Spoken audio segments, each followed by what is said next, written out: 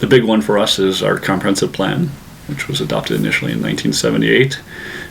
We have a natural hazard section in there, which guides our policies in terms of growth and development and how we recognize or avoid hazard areas. We've got hazard maps, so we have the geologic hazards identified as far as where there's chances for landslides or debris flows. Our floodplains are all mapped and regulated. The county implemented a number of steps through our building code and through the site plan review process, directing growth and development out of the county and into the cities.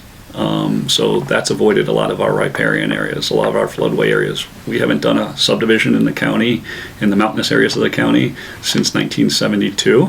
The planning aspect and the long-term nature of it plays in by, again, reducing the amount of human development in these hazard areas. We've implemented tools now that sort of pre-plan our disasters, so that we don't have to put people in a position to make a decision post-disaster to put a moratorium on rebuilding. It's automatically there, and that allows us time to kind of look and really evaluate what happens, what's going to be the best course of action for future citizens of the county. We've been very active in looking at our all hazards plan with the Office of Emergency Management. There's been more involvement over the last probably 5 to 10 years on that, and this discussions of how we tie our land use planning and mitigation measures into the all hazards plan. That helps bring the elected officials and other leaders along to say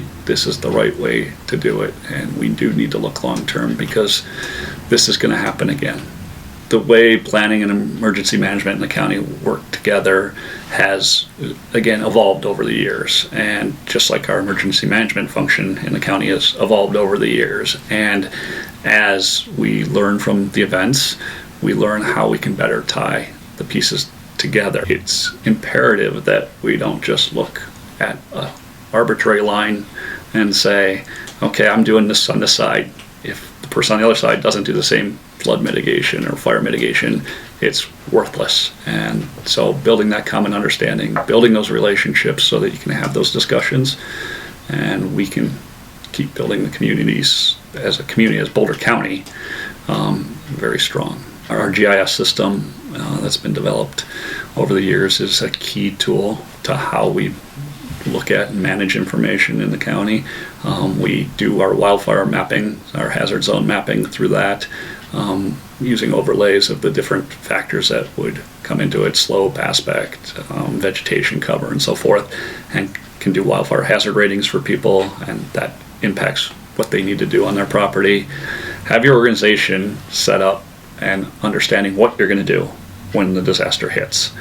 Have it scalable, so it depends on the type of disaster and size of disaster, so that you can react, whether or not whether or not you're going to keep doing your sort of business as usual if a disaster strikes. Have strong policies in place and programs in place, again, that avoid the disaster in the first place. So really look at what's out there in your community as far as a risk, and try to come up with ways to avoid or mitigate those hazard areas through your development review process, through programs that may give financial benefits or grants to people to do improvements to their property to mitigate that.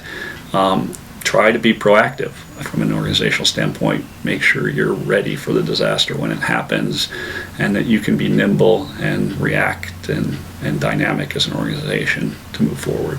Following up after these disasters, I think it's imperative that we look and really study and understand what was the value of what were the costs, what would have the costs might have been had we not had certain policies or procedures in place, and really help show that side of it, because I think economic arguments really do ring true. People understand a dollar, they understand what that means, and so the more we can tie that to the conversation, I think the better chance we have for moving forward with better hazard reduction and avoidance processes. Our job as planners is to be out there in front of that, protecting those future populations and generations from that occurring.